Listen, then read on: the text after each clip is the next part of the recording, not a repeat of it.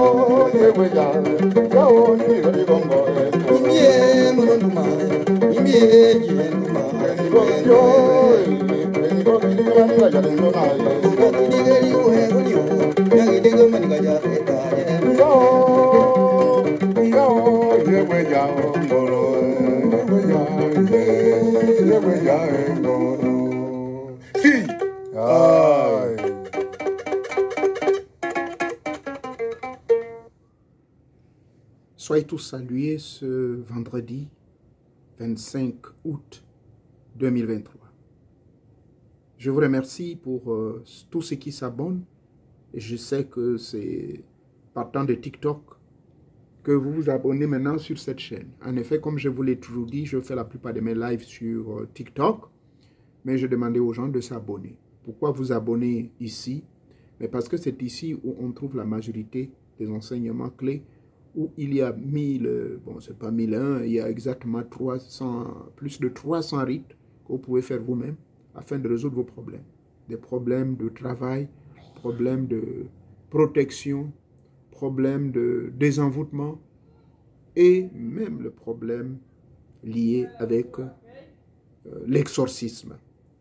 D'accord? C'est pour cette raison que je vous demande de vous abonner. Il y a des rites qui peuvent vous aider pour l'exorcisme, des rites qui peuvent vous aider pour attirer l'argent et autres, des rites qui peuvent vous aider de pouvoir vous connecter et s'asseoir sur la même table que vos ancêtres les plus puissants. Ça existe. Le rite, vous pouvez tuer les sorciers. C'est intitulé « Comment justement piéger le sorcier qui veut vous faire du mal ». Donc, il y a des rites que j'ai mis ici qui sont gratuits. Je n'ai demandé aucun rang. Bon, c'est vrai qu'il y a des gens malhonnêtes, hein, nos amis marabouts, notamment mon pays, le Gabon. Quand j'étais récemment, il y a des hautes autorités de la place qui se sont confiées à moi et me disent, mais c'est pas possible, on ne savait pas que c'est vous qui êtes l'auteur de ces rites. Voilà, ce rite m'a été vendu par tel à raison de 2 millions. Mais j'ai tenté de faire ceci, ça ne marche pas. J'ai dit, ben, voyez, vous vous rendez compte? Le petit détail qui manquait, je lui ai donné, il a voulu me remettre de l'argent, je dis non. J'ai reçu gratuitement, je vous le donne gratuitement. D'accord? Ça, c'est très important. Et je vous encourage également de respecter le règlement parce que il y a des gens qui m'appellent sans rendez-vous, ce n'est pas normal, s'il vous plaît. J'ai des millions de personnes qui me suivent, des milliers de personnes que je tente de m'occuper et je suis également engagé avec un contrat de travail, avec mon état local, avec l'agence gouvernementale pour laquelle je travaille. Donc vous comprendrez que ce serait malvenu que vous m'appeliez pendant que je suis en pleine conférence, je suis occupé en plein boulot avec des clients ou avec des partenaires économiques ou des partenaires d'autres domaines, n'est-ce pas, de mon travail. Donc, s'il vous plaît, ce numéro de téléphone qui est disponible au public, je ne sais pas par comment, et je crois que tout ça c'est la faute de TikTok, de Facebook et autres qui exigent qu'on mette nos numéros et puis les gens appellent. On ne m'appelle pas pour me raconter des conneries, s'il vous plaît. Je le répète une fois de plus, je suis dans une relation. J'ai femme dans ma vie. Je ne cherche pas de femme. D'accord?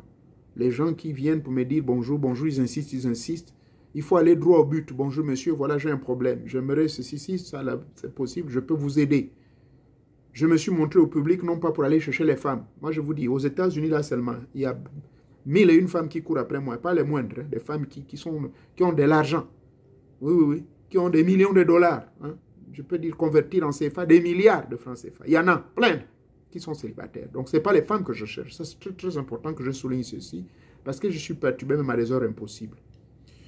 Ceci donc étant, vous pouvez m'appeler pour des urgences uniquement si vous êtes abonné dans mes forums. Si vous n'êtes pas abonné à mes forums, je ne peux pas recevoir vos appels. Ça, je suis clair avec vous. Sauf cas exceptionnel, urgent, mais je suis honnête.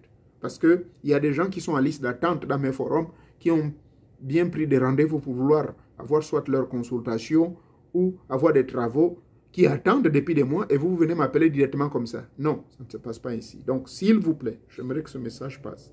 Je ne vais pas vous garder longtemps.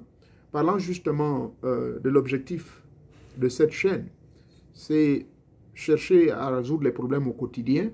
Et aujourd'hui, nous allons parler d'un problème.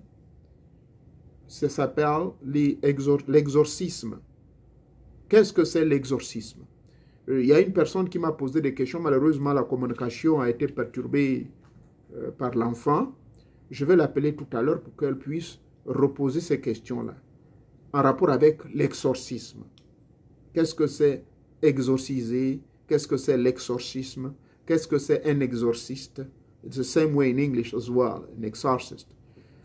Ben, il faut retenir que l'exorcisme, c'est tout simplement une technique dont quelqu'un est formé. Ça peut être un prêtre, ça peut être un initié de tous les mystères, ça peut être également un bouddhiste, ça peut être, comment dirais-je, un jobiste, en un mot, un initié, soit de nos rites et traditions en Afrique, ou bien un initié de l'Église catholique, parce que c'est surtout eux qui se sont beaucoup montrés au public. Et c'est ainsi que nous avons eu beaucoup de livres disponibles. Donc, un exorciste est une personne qui a été formée, hein, et son rôle c'est d'exorciser. Mais qu'est-ce que c'est exorciser? Exorciser, c'est chasser les démons. C'est chasser des esprits. Ça peut être des bons ou des mauvais, mais qui, généralement c'est des mauvais, qui vous possèdent de manière agressive. D'accord? Ces démons-là possèdent votre corps. Et j'ai expliqué dans plusieurs enseignements qu'est-ce que j'entends par possession. Un autre humain ne peut pas vous posséder. Pourquoi? Parce que une seule âme est dans ce corps. Maintenant, sauf si votre âme peut se déposséder, ou bien lorsque vous êtes distrait, ou bien lorsque vous êtes dans un profond sommeil, il y a des âmes très puissantes qui cherchent à posséder un corps, rentrent dans ce corps, et lorsque vous revenez à l'état conscient, eh bien, vous êtes possédé aussi. Vous pouvez être donc possédé, non pas seulement par un démon, mais vous pouvez être aussi possédé par une âme désincarnée qui cherche désespérément un corps qui lui servira de véhicule pour se reconnecter avec sa famille. C'est ainsi que vous avez eu le cas de revenants dans le sens propre du terme. C'est-à-dire que cette dame, ce monsieur, on le cherche depuis des années, mais on l'a retrouvé ici. Voyez-vous? On l'a retrouvé. Comment ça se passe? Bon, l'âme de machin cherche à posséder un corps, mais sauf que quand il possède ce corps, je ne suis pas hors sujet, j'insiste beaucoup, c'est sur l'exorcisme. Parce qu'un exorcisme, c'est celui qui va déposséder un esprit étranger dans un corps. Donc, je prends d'abord cet exemple terre à terre que beaucoup de gens négligent. Nous avons eu des témoignages en Guinée équatoriale, en Côte d'Ivoire, des gens qui étaient portés disparus depuis longtemps, même morts de manière brutale, mais dont se sont incarnés dans les corps de certaines personnes jusqu'à transformer la morphologie de ces personnes-là, maintenir le même comportement au point où on a pensé que ces gens sont revenus. Donc, l'exorciste, c'est quelqu'un dont le rôle est de chasser les esprits du corps de la personne qui est en face. Et il le fait à l'aide de certaines formules. Il y a des formules qu'on procède, il y a des cérémonies magiques, il y a des techniques de conjuration, il y a des convocations, il y a des prières, il y a des éléments de la nature qui rentrent dans cette ambiance-là. Ça peut être le sel, ça peut être l'eau, ça peut être le piment sauvage, ça peut être la canne sauvage. Bref, c'est aussi un combat d'esprit à esprit. C'est-à-dire que vous, en tant qu'exorciste, votre esprit peut combattre cet esprit-là pour pouvoir le faire sortir de ce corps. Donc c'est un grand combat. Mais ce grand combat se passe dans le plan astral, dans le plan purement spirituel. Et oui, il y a des manifestations dans le plan physique au point où vous pouvez même vous faire bastonner par cet esprit. J'ai été victime au début de mes travaux d'exorcisme. C'est ce qui m'a découragé de ne plus continuer dans ce sens-là. Donc, voilà la définition d'un exorciste. Conjurer, convoquer, manipuler des éléments de la nature, prier, faire des prières, des conjurations, des invocations, des évocations. Ce sont des parchemins bien établis par des grands magiciens, des grands sorciers qui ont utilisé ça depuis la nuit des temps. Au Vatican, nous retrouvons des milliers de manuels d'exorcisme, lesquels manuels sont cachés. Votre serviteur, j'ai eu le privilège d'avoir accès à l'un de ces manuels-là, qui était écrit par un prêtre qu'on appelait Albert. Hein? C'est des exorcismes très puissants, je crois, je les ai jusqu'à présent. L'exorcisme aussi, vous pouvez bénir, vous pouvez faire les bénédictions, vous pouvez prononcer les bénédictions sur la personne qui est possédée, vous pouvez faire des bénédictions sur l'eau que la personne va boire. C'est une manière aussi de déposséder cette personne. Vous pouvez faire des bénédictions sur la nourriture, vous pouvez faire des bénédictions sur les habits qu'il va porter, vous pouvez faire des bénédictions sur les objets qu'il porte. Ça fait partie de l'exorcisme. Donc l'exorcisme, c'est dans un cadre beaucoup plus élargi. Alors je vais appeler donc la personne qui en fait m'a posé des questions par vocal, mais malheureusement, je n'ai pas pu, si vous voulez, saisir vraiment, proprement parlant, les questions. Donc, je vais pouvoir l'appeler pour qu'elle puisse reposer la question.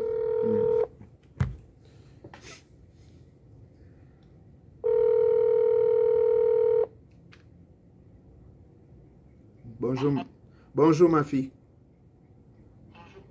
Oui. Bon, écoute, je suis en train de parler justement de ce sujet sur l'exorcisme. J'ai déjà donné la définition. Hein. Tu vas sûrement suivre la vidéo quand elle va être postée. Mais en résumé, c'est quoi? Un exorciste, c'est celui qui utilise des méthodes, des techniques qui consistent à pouvoir délivrer la personne des esprits. Ça peut être des démons, ça peut être des mauvais esprits. Et cela consiste donc à utiliser des formules magiques, à utiliser des incantations, des conjurations. Il y a même des livres spécifiques pour cela. Alors, tu me disais que tu avais des questions à me poser par rapport à cela. Je t'écoute et vas-y, pose tes questions, s'il te plaît. Bon, déjà, je voudrais dire bonjour à tous les profanes. Bonjour à tous qui suivront cette vidéo. Et puis, déjà, papa, tu as répondu à ma première question. C'était quoi le but de l'exorcisme? Je pense que c'est déjà répondu.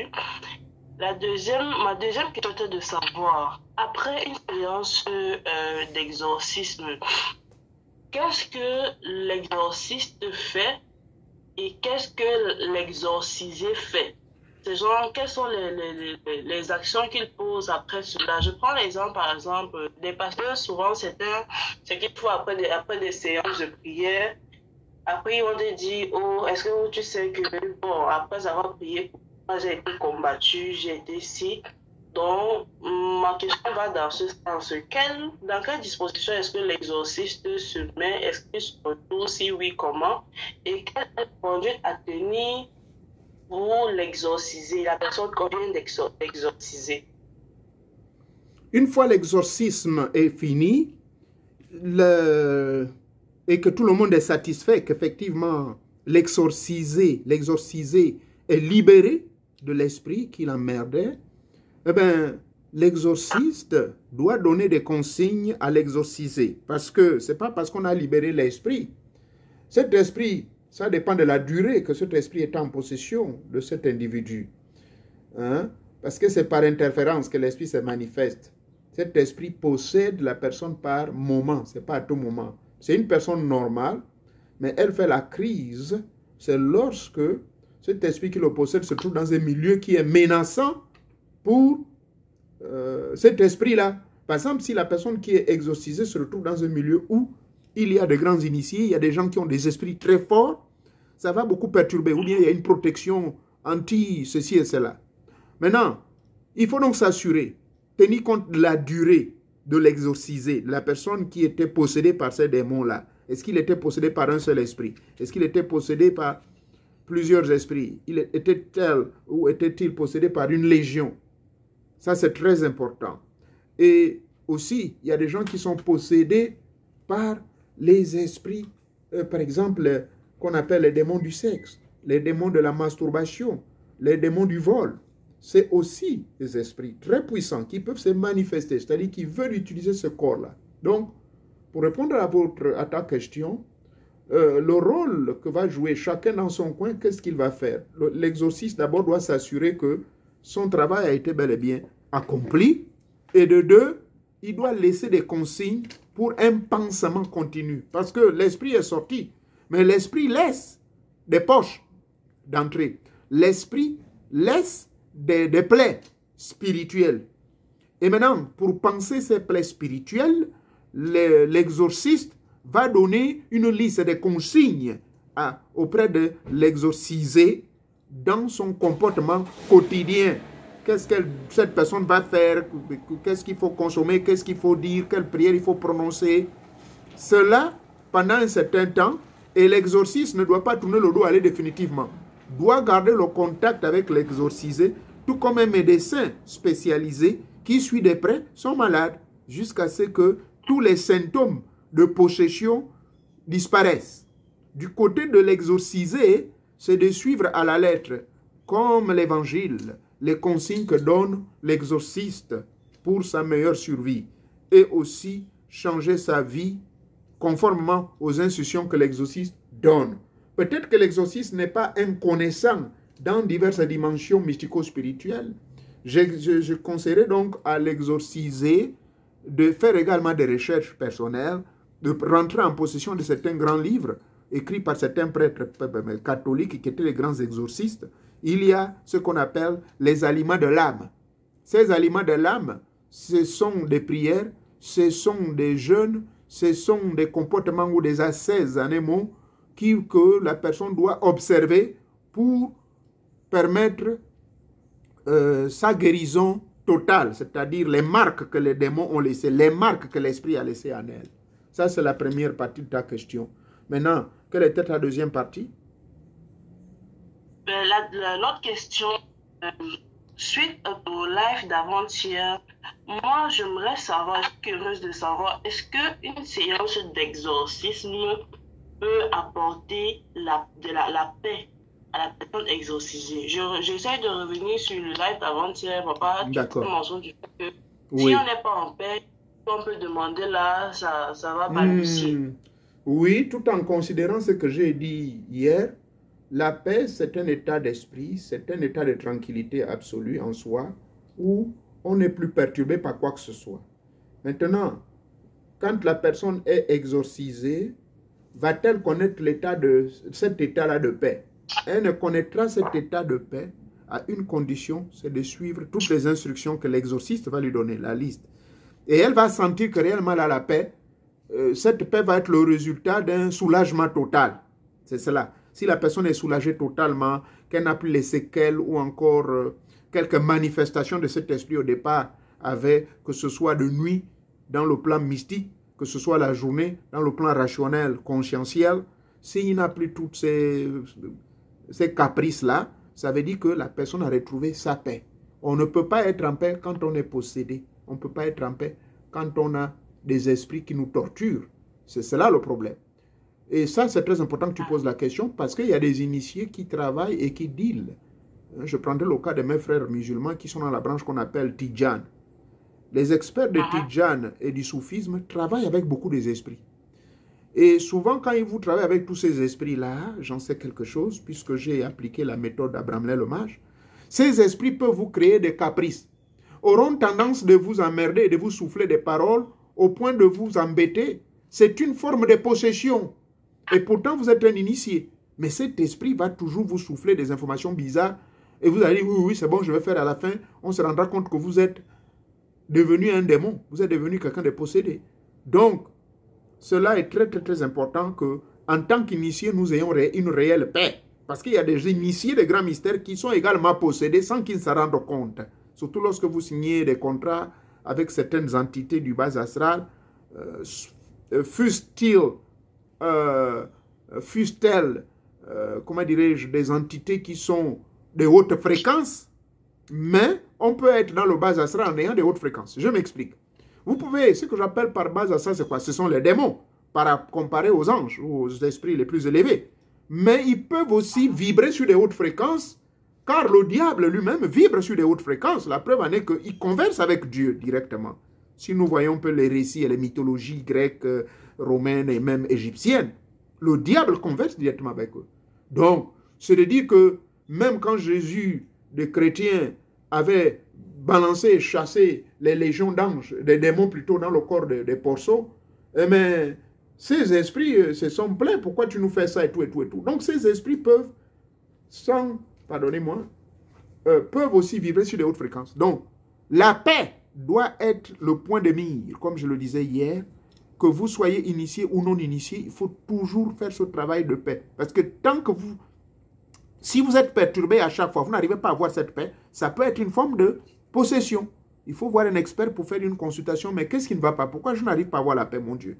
Vous avez toujours des cauchemars, vous avez toujours des images bizarres, hein, des possessions genre dans le plan onirique. On vient vous faire l'amour forcé. Alors, ça nous amène dans les esprits succubes et incubes et tout ça. C'est des formes de possession parce que ces esprits succubes et incubes qui prennent la forme de ces esprits, mais ça peut être un oncle, ça peut être un parent qui est dans une loge, qui est dans une secte, mais qui veut vous contrôler parce que le sexe est la porte d'entrée et de sortie de tous les pouvoirs. Donc ça peut être aussi une forme de possession. Alors la paix, effectivement, est le point indispensable. Si vous n'êtes pas en paix totalement, ça veut dire que votre exorcisme n'a pas été un succès à 100%. Et l'exorciste et l'exorcisé, ils doivent s'assurer qu'il y a la paix qui s'est instaurée. D'accord. D'accord, papa. Dans tes éléments de réponse, tu as un peu touché du doigt une question, mais j'en arrive là. Donc, de ce que tu viens de dire, j'aimerais savoir, je suis curieuse, est-ce que l'initiation douce, est une forme d'exorcisme, mais est-ce que on pourrait qualifier ça d'auto-exorcisme? Explique-toi, qu'est-ce que tu entends par eux? Parce que l'initiation douce, c'est aller à la découverte de soi-même et ensuite d'être en connexion avec les maîtres invisibles. Voilà, exactement. Mais quand je dis auto-exorcisme, l'initiation douce, c'est justement d'aller à la découverte de soi-même. Mais est-ce qu'au fur et à mesure, je prends un cas typique. Quelqu'un qui possède peut-être le livre de la logologie et fait des lectures telles que décrites selon les clés données par Theta et tout ça. Et puis la personne met en pratique les exercices qui s'y trouvent, par exemple. Je prends juste le cas de la logologie. Oui. Est-ce que quelqu'un qui met en pratique ces exercices-là de ces différents ouvrages qui sont très poussés, Oui. est-ce que cette personne peut se retrouver en train d'être exorcisée? C'est ça que j'appelle l'auto-exorcisme. Mais il faut comprendre que l'exorcisme est considéré comme un état de dépossession ou un état de possession par des démons, par des esprits. Bon, maintenant considérons que dans d'autres sens, on peut dire, est-ce qu'un initié qui applique à la lettre les enseignements de certains maîtres, qui les diffusent en secret, c'est le cas de l'OSMI, et qu'on applique à la lettre les consignes, est-ce que la personne peut être exorcisée, c'est-à-dire dépossédée des forces nocives, c'est ça? Oui, c'est ça.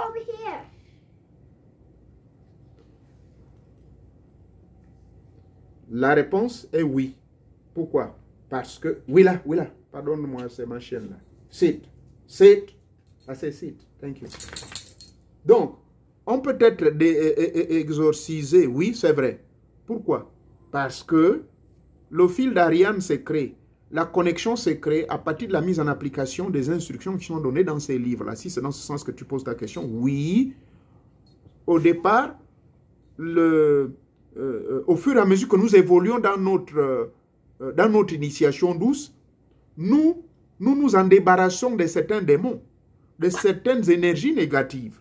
Pourquoi elles se dégagent? Mais elles se dégagent au fur et à mesure qu'on avance vers la lumière. Or, ces connaissances-là nous permettent, comme le dit Platon et comment il s'appelle, Pythagore, parlant de s'armer de quoi? Du flambeau des mystères. Le flambeau des mystères. Voilà. Et au fur et à mesure que tu t'armes des flambeaux des mystères, tu vas découvrir ton double lumineux. Mais c'est cela, c'est une décantation aussi, comment dirais-je, des démons. Donc, tu es exorcisé.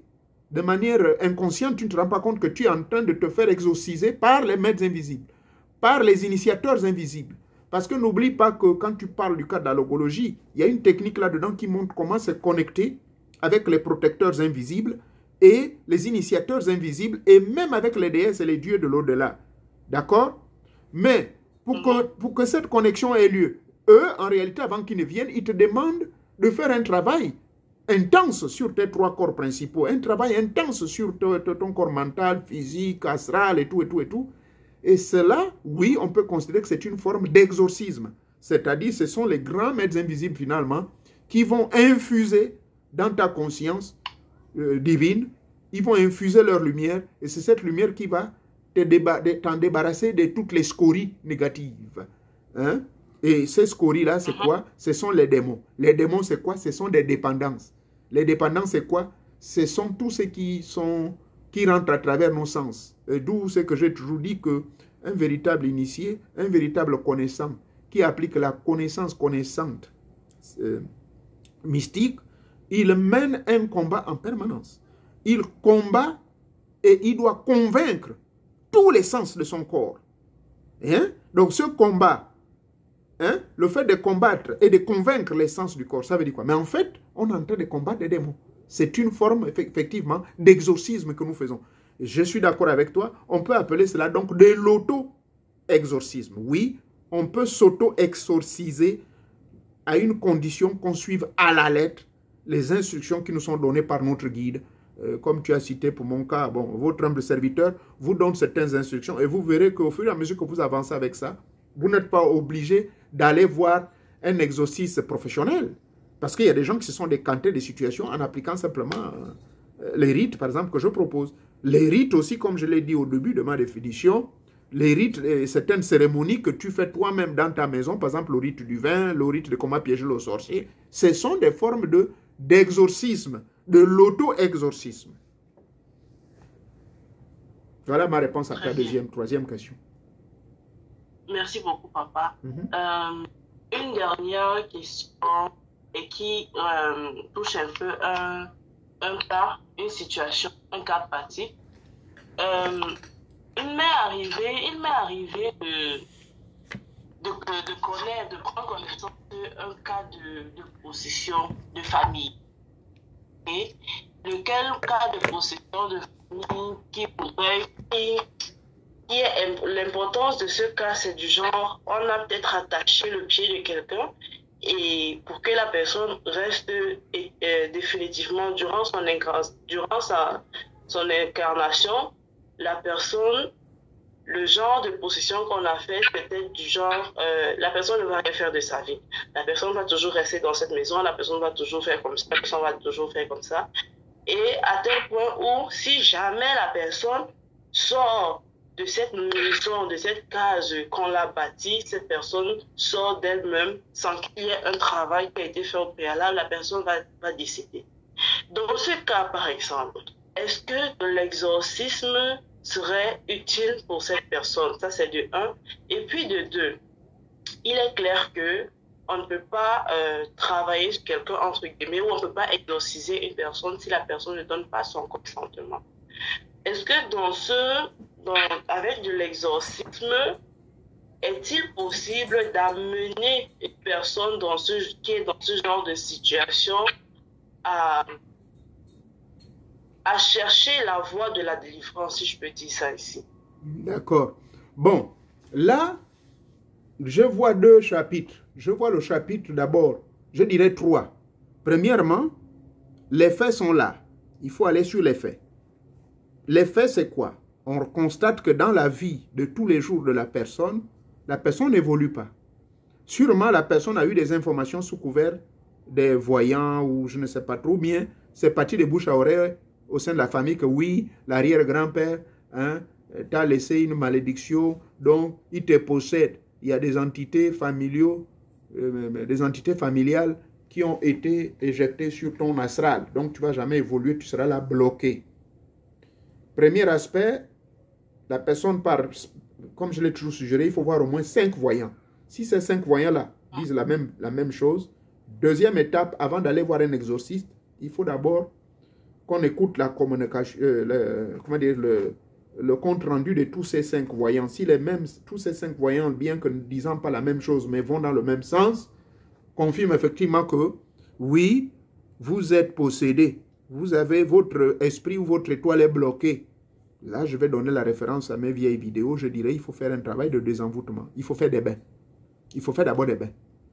Hein? Vous faites les bains. Et quand vous allez faire donc les bains, technique traditionnelle de désenvoûtement par des bains, soit par fumigation ou par l'eau. Ces deux méthodes-là peuvent être proposées. Maintenant, si ça ne marche pas, parce que généralement, quand vous allez faire les bains, vous allez faire ceci. La personne vient vers vous dire, oh, vraiment, ça ne marche pas. Oh. Mais ce n'est pas possible. Quand vous m'avez fait tel travaux, je m'en souviens, quelqu'un avec qui je fais des consultations, me dit, mais j'ai été bousculé, monsieur Mouéré. Parce que quand j'ai fait tel rite, j'ai eu vraiment des agressions sauvages. Dans ce cas, la dernière option, c'est de faire un travail de dépossession ou encore d'exorcisme. N'oublions pas que l'exorcisme, c'est le stade très avancé d'une possession agressive et démontrée. C'est-à-dire que les gens sentent que vraiment non. Dans votre parler, dans votre comportement, et la personne est vraiment possédée. Ça, c'est le stade vraiment final. Mais le stade de la vie qui est bloqué, on n'arrive pas à décoller, ça c'est ce que j'ai appelé dans mes chapitres précédents des malédictions familiales. Des malédictions égrégoriques de type familial. Ça reste là. Maintenant, comme la Bible dit quelque part, que vous serez maudits de génération en génération. Ça là, ce n'est pas forcément une possession. Certes, c'est une possession égrégorique de manière indirecte, mais c'est beaucoup plus un envoûtement. Vous êtes vraiment envoûté par l'égrégore.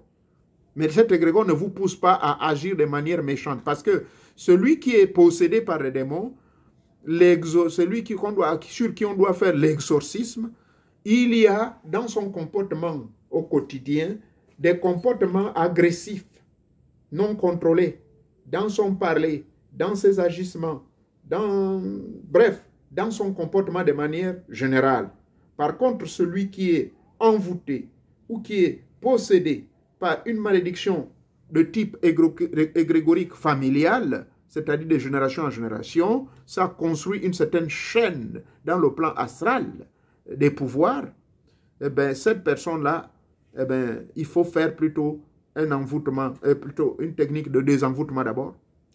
Et maintenant, si le désenvoûtement ne marche, si le désenvoûtement, au-delà du désenvoûtement, ça ne marche pas, par tous les bains et toutes les propriétés, tout ce qu'il faut faire, ça ne marche pas, mais la personne est toujours calme, à quoi beau faire appel à un exorciste? Là, l'option va être de demander à la personne de se faire initier. La personne elle-même doit aller voir sa vie. Parce que là, il n'y a pas le nganga qui va lui dire que, oh non, je vois que, machin, machin. Non, non, non. La personne va dire ton cas est complexe avant de faire appel à un exorciste, tout en retenant le comportement de quelqu'un qui est possédé par rapport à une personne dont la vie est calboignée, tout simplement par une série d'échecs dans sa vie. En ce moment, on demande à la personne qui est calboignée de faire quoi? De pouvoir se faire initier. Il va aller prendre le bois sacré ou je ne sais pas quelle autre liane mystique ou amère.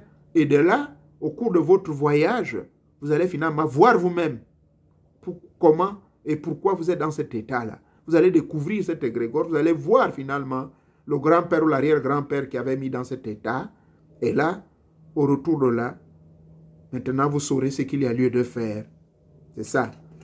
Ça, c'est la première étape. Donc la deuxième étape, c'est lorsque l'esprit est rebelle et maintenant le comportement de la personne qui a été désenvoûtée devient pire, devient violente. Là, en ce moment, on dira, ah, il faut faire appel donc à un exorciste. La personne est vraiment possédée. La personne a d'autres esprits qui le possèdent, qui le poussent à se comporter comme ça. Là, on fait l'exorcisme.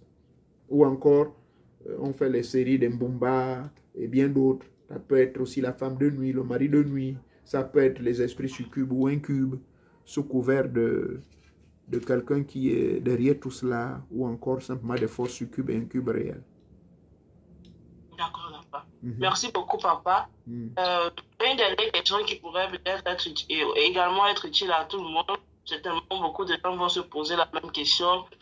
Quels sont les prérequis ou bien comment contacter ou bien comment convaincre, si je peux dire ça ici, d'État en nous vient pour avoir une séance d'exorcisme? Comment faire quoi? Comment convaincre Teta Olivier, Teta Moré, pour avoir une séance d'exorcisme? Ah non, pour me convaincre, il faut d'abord que je fasse une consultation, il faut d'abord que j'observe le comportement de la personne. Là, en ce moment, on peut parler de l'exorcisme, parce que n'oublions pas que l'exorciste, lui, son rôle, c'est de vous déposséder des forces négatives, des esprits bizarres qui vous bloquent, qui vous persécutent même. Ça peut vous pousser à vous gratter le corps, ça peut vous pousser à crier, à être violente, aller casser les objets, tout, et des histoires comme ça. Donc, moi, pour me convaincre, il faut que je vois ce comportement-là, ou le témoignage des gens, que voilà comment la personne, et tout. Là, en ce moment, on peut faire l'exorcisme. Mais s'il n'y a pas tout ceci, il faut seulement faire ce qu'on appelle la technique de désenvoûtement, c'est-à-dire la technique de délivrance du premier degré. Moi, c'est comme ça que j'appelle ça.